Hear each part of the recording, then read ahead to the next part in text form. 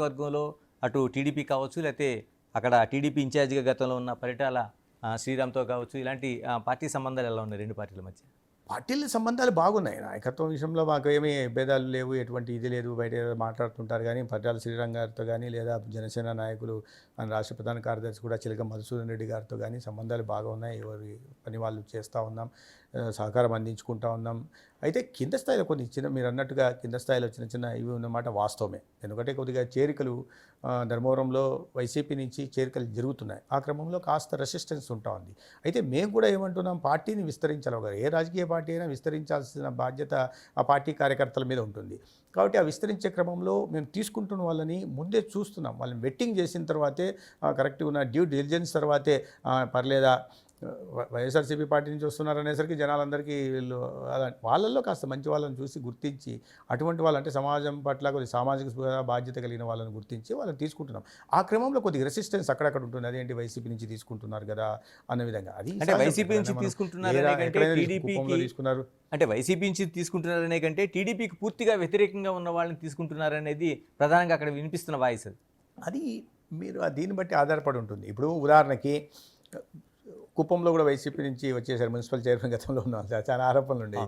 హిందూపూర్లో కూడా కౌన్సిలర్లు అంతా వచ్చారు. ప్రతి చోట వస్తున్నారు. అది ఏంటంటే ఆ క్రమంలో మనం ఈ రకంగా అనొచ్చు కానీ విమర్శ చేయడానికి ఆస్కారం ఉంటుంది. కానీ మీరు ఆర్గనైజేషన్ని భౌగోళికంగా విస్తరింపజేయాలా, అన్ని వర్గాల్లోకి వెళ్ళాలనుకుంటున్నప్పుడు ఇటువంటి విమర్శలు వస్తుంటాయి. దాంట్లో తప్పలేదు. పూర్తిగా వ్యతిరేకం అంటే అందుకే అక్కడ ఒక మనస్తత్వం ఎలా ఉండేదంటే ఒక గ్రూపులో ఇది ఎక్కువగా ఉంటుంది. దాని కారణంగా ఆ రకంగా ఉన్నాయి. అందుకని వచ్చిన తర్వాత మేము ఏ గ్రామంలో అయితే ఎవరైనా వచ్చారో ఆ గ్రామంలో తెలుగుదేశం పార్టీ నాయకులతో కూడా మాట్లాడడం జరుగుతుంది. నేను స్వయంగా ఇళ్ళకి వెళ్ళి మాట్లాడడమో లేదా చేయడమో జరుగుతుంది. పార్టీని విస్తరించాల్సిన అవసరం ఉంది. అక్కడ వైసీపీని బలహీనపరచాలనేది నా లక్ష్యం. ఓకే, దాంట్లో మనము ఒకవైపు తెలుగుదేశం పార్టీ కార్యకర్తలు కానీ నాయకత్వాలను గుర్తించాల్సింది ఏంటంటే అది తీసుకుంటున్న క్రమంలో వైసీపీ బలహీనపడుతుంది. దాన్ని చూడాల్సి మనం. అదేవిధంగా అక్కడ వచ్చిన కొత్త వారికన్నా ఏదైనా ఏదైనా ప్రాంతానికి జరగాల్సిన వాటిలో ఏదైనా ఉంటే మళ్ళీ పెద్దపీట మాత్రం తెలుగుదేశం పార్టీ కార్యకర్తలకి లేదా బీజేపీ ముందు నుంచి పనిచేస్తున్న కార్యకర్తలకే వాళ్ళకి ప్రాధాన్యత ఉంటుంది. అది కూడా ముందే ఎవరైనా వస్తున్న వాళ్ళకి ముందే చెప్తున్నాం ఈ పరిస్థితి ఉంటుందని. వాళ్ళు కూడా అర్థం చేసుకుంటున్న వ్యక్తులనే తీసుకోగలుగుతున్నాం. లేని వ్యక్తుల్ని లేదంటే చాలామంది ఇంకా రావడానికి సిద్ధంగా ఉన్నారు. మేము వాటిని ప్రోత్సహించట్లేదు వాటిని. మరోవైపు కీలకంగా మాజీ MLA Kethireddy good morning Dharmavaram పేరుతో అడుగడుగున ప్రజలకు నేను అందుబాటులో ఉన్నాను, కేవలం అక్కడ ఒక ట్యాంపరింగ్తోనే సత్యకుమార్ 3 రోజుల ముందుగా వచ్చి గెలిచారు, వచ్చే ఎన్నికల్లో ఖచ్చితంగా విజయం నాదే అని ప్రతి ఇంటర్వ్యూలో చెప్తున్నారు. ఆయన ధీమా వ్యక్తం చేస్తున్నారు. All the best to him. ఆయన నేను అందుబాటులో ఉన్నాను అని చెప్పడం కాకుండా ఏం చేశానో అదే చెప్తే బాగుంటుంది. అందుబాటులో ఉన్న వాళ్ళు మీకు బయట సోషల్ మీడియా కారణంగా చాలా బయట రోజు గుడ్ మార్నింగ్ అని పేరుతో పేరండి. మీరు ధర్మవరంలో ఏ ఇంటి తలుపు తట్టి అడిగినా, ఏ వ్యక్తిని కదిలిచ్చినా ఆ గతంలో ఎమ్మెల్యేగా ఉంటున్న వ్యక్తి ఏం చేశాడే అంటే గుడ్ మార్నింగ్ పేరుతో రావడం, ఎక్కడ ఖాళీ స్థలాలు ఎక్కడున్నాయో చూడడం, ఎవరైనా ఇల్లు కడుతుంటే వాళ్ళ అనుమతులు నిరాకరించడానికి వీటికి ఆ ఖాళీ స్థలాలను కబ్జా చేసుకోవడం, కొత్తగా ఇల్లు కడుతుంటే వాటిని బ్లాక్మెయిల్ చేయడం, అధికారులను పంపించడం, ఇటువంటి దందాలు చేసుకున్నాడు తప్పిస్తే, లేదా దౌర్జన్యాలు చేయడం, ఇటువంటి దందాలు చేశాడు తప్పిస్తే ప్రజలకి ఏం చేయలేదు. దాని కారణంగానే ఓడిపోయాడు. ఇంకా ట్యాంపరింగ్లు మాట్లాడితే అది కొద్దిగా ఏదైనా కనీస అవగాహన ఉన్న వాళ్ళు మాట్లాడే మాటలు మాది కాదు. మరి ఆ స్థాయికి దిగజారైతే నేను మాట్లాడలేను. మరి గతంలో ఎట్లా వచ్చారంట 2019లో ఎలా గెలిచారంట, ఆ రోజు ట్యాంపరింగ్ జరిగిందా? కాబట్టి ఈ రకంగా మాటలు ప్రజాభిష్టాన్ని ప్రజా తీర్పుని అఘోరపరచడం అవుతుంది. ప్రజలు మీకు స్పష్టమైన తీర్పు ఇచ్చారు. నేను కొత్త వ్యక్తిని వచ్చినా వాళ్ళు నమ్మారు, విశ్వసించారు కాబట్టి చేశారు. ఇవాళ కూడా ఈ రకంగా మాట్లాడుతుంటే ఇప్పుడన్నా అరే నేను కబ్జాలు చేశాను, అరే నేను దౌర్జన్యాలు చేశాను, ప్రజలను పీడించాను, దాడులు చేయించాను, ఈ విషయాల్ని ఒప్పుకొని ఆత్మపరిశీలన చేసుకొని భవిష్యత్తులో నేను క్షమాపణలు చెప్పి ప్రజలకి భవిష్యత్తులో నేను ఇవి చెయ్యను, మారాను అని చెప్పుకుంటే ప్రజలు ఏమైనా ఆదరిస్తారేమో. కానీ లేదా ఆయన ఇంట్లో కూర్చొని కలలు గంటా ఉంటే దాన్ని ఎవరు ప్రజలు గుర్తించే పరిస్థితులు లేరు. వాటిని అది ఇంకా సరే ఆయన నేను అందుకే ఆల్ ది బెస్ట్ అన్న మంచిదే. అదే రకమైన మానసిక స్థితిలో ఉంటే మిమ్మల్ని ఎవరు రక్షించలేరు. సత్యకుమార్ గారు, మీరు రాష్ట్ర స్థాయిలోనే కాదు పార్టీకి జాతీయ స్థాయిలో కూడా పనిచేశారు. ఇప్పుడు ఆంధ్రప్రదేశ్ రాష్ట్రంలో బీజేపీ పరిస్థితి చూస్తే హిందుత్వ ఎజెండాను పవన్ కళ్యాణ్ కొంచెం ముందుగా వేగంగా తీసుకెళ్తున్నట్టు ఆయన ఒక క్యాప్చర్ చేస్తున్నట్టుగా ఉన్నారు. ఎలా చూడాల్సిన అవసరం ఉంది? భారతీయ జనతా పార్టీ పూర్తిగా హిందుత్వ అజెండా అనేది సరైనది కాదు. మా కోర్ సిద్ధాంతం అది. హైందవం అనేది హైందవ ధర్మ పరిరక్షణ జరగాలని చెప్తాను తప్పిస్తే నరేంద్ర మోడీ గారు ప్రధానమైనప్పటి నుంచి ఈ పాలిటిక్స్ ఆఫ్ పర్ఫార్మెన్స్కి పెద్దపీట వేశారు. అందుకారణంగానే అనేక చోట్ల మళ్ళీ మళ్ళీ గెలవడానికి కారణం అదే. పాలిటిక్స్ ఆఫ్ పర్ఫార్మెన్స్ని ప్రాధాన్యత ఇచ్చారు. అంటే అభివృద్ధిని అజెండాగా, అందుకే సబ్కా సాత్ సబ్కా వికాస్ సబ్కా విశ్వాస్ సబ్కా, మీరు ఏ రంగంలో చూసినా ఇవాళ దేశంలో జరుగుతున్న అభివృద్ధి, ప్రపంచవ్యాప్తంగా మనకు లభిస్తున్న గుర్తింపు, అదేవిధంగా మన సమైక్యత, సమగ్రత, సార్వభౌమాధికారానికి ఏమైనా ఆటంకం వాటిల్లితే ఉపేక్షించమనే స్పష్టమైన సందేశానికి ప్రజలకు పంపించాం. అంటే ఇటువంటి నిర్ణయాత్మకమైన సమర్థవంతమైన నాయకత్వం ఇవాళ దేశంలో ఉంది. హిందుత్వ అజెండా అనేది పవన్ కళ్యాణ్ గారు కానీ, చంద్రబాబు నాయుడు గారు ఎవరైనా సరే, హిందుత్వ గుడికి పోవడం హిందుత్వ అజెండా, ఇంకోటి అజెండా అంటే అట్లా ఎస్, మన సనాతన ధర్మాన్ని పరిరక్షించాలని పవన్ కళ్యాణ్ గారు చెప్తున్నారు. దానివల్ల బీజేపీ మేమదే కోరుతున్నాం, సమాజంలో అందరూ అదే చేయాలని. నేను అడుగుతుంది ఈ రకమైన రాజకీయాలు చేసి లబ్ధి పొందే ప్రయత్నం మేము చేయాలి.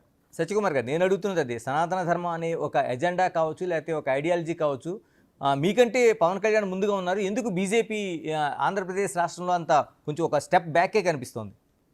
మేము కూటమిలో ఉన్నాం, పవన్ కళ్యాణ్ గారు ముందుంటారంటే ఒకటి ఉంటుంది, పవన్ కళ్యాణ్ గారి ప్రజాదరణ, పవన్ కళ్యాణ్ గారి మారితే మీడియా ఇస్తే ప్రాముఖ్యత, పార్టీలో బీజేపీలో నాయకత్వం మాట్లాడితే రాకపోవచ్చు. దాన్ని మనం గమనించాలి. ఎందుకంటే ఒక ప్రభావవంతమైన వ్యక్తి పవన్ కళ్యాణ్ గారు, సమాజంలో ఆయన ప్రభావం ఉంది, ఆయనకు లక్షల సంఖ్యలో అభిమానులు ఉన్నారు.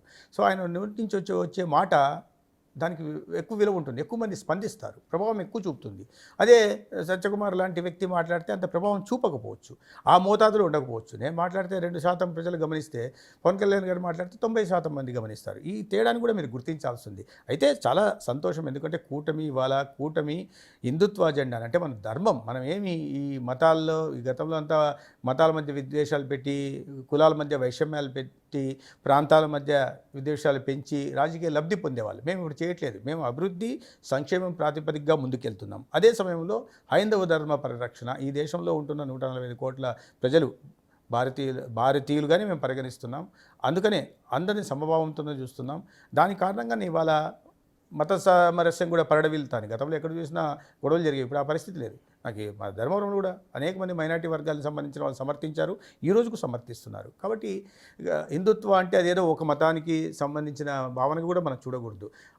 ఆ ధర్మాన్ని ముందుకు తీసుకెళ్లే పని కూటమి ప్రభుత్వం చేస్తుంది, చంద్రబాబు నాయుడు గారు చేస్తున్నారు, పవన్ కళ్యాణ్ గారు కాదండి. అంటే ఈ ప్రయాణం చూస్తుంటే నేను ప్రత్యేకంగా ధన్యవాదాలు తెలియజేస్తాను. అంటే ఈ పవన్ కళ్యాణ్ ఈ ప్రయాణాన్ని చూస్తుంటే బీజేపీ పార్టీకి బీ టీమ్గా పవన్ కళ్యాణ్ చాలామంది విశ్లేషణ చేస్తున్నారు, ఏమనాలి? ఎవరికి ఏ టీము బీ టీం కాదు. పవన్ కళ్యాణ్ గారు సొంతంగా తన పార్టీ నిర్మించి తన ఇవాళ కూటమిలో ప్రభుత్వం రావడానికి ఆయన కూడా ఒక ప్రధాన కారణం. భారతీయ జనతా పార్టీ ఒక సైద్ధాంతిక ప్రాతిపదిక పునాదుల మీద ఏర్పాటైన పార్టీ, ఇవాళ 16 రాష్ట్రాల్లో అధికారంలో ఉంటున్న పార్టీ, ఎన్డీఏతో కలిపి 21 రాష్ట్రాల్లో అధికారంలో ఉంటున్న పార్టీ. అదేవిధంగా తెలుగుదేశం కూడా ఒక ప్రభంజనంలాగా మడమ తిప్పని మహానాయకుడు ఎన్టీ రామారావు గారి నాయకత్వంలో ఏర్పాటయ్యి 40 సంవత్సరాలుగా పేదరిక నిర్మూలన కోసం కానీ, బీసీల సాధికారత కోసం కానీ పనిచేస్తున్న పార్టీ. ఆ దార్శనిక నాయకత్వం కూడా చంద్రబాబు నాయుడు గారి రూపంలో రాష్ట్రానికి అందింది. గతంలో చూసాం, చంద్రబాబు నాయుడు గారు ఈ రాష్ట్రానికి ఒక బ్రాండ్ ఇమేజ్గా కూడా ఉన్నారు. మనం ఒక లక్ష్యం, ఒకటే కామన్ ఎజెండా పెట్టుకున్నాం, ఈ రాష్ట్రాన్ని ఈ పరిస్థితి నుంచి బయటికి తీసుకురావడం. అందుకే చంద్రబాబు నాయుడు గారు కూడా పదే చెప్తుంటారు, కేంద్ర సహకారంతో వెంటిలేటర్లో ఉన్న రాష్ట్రాన్ని మనము ఆక్సిజన్ దీనికి తీసుకురాగలిగాం.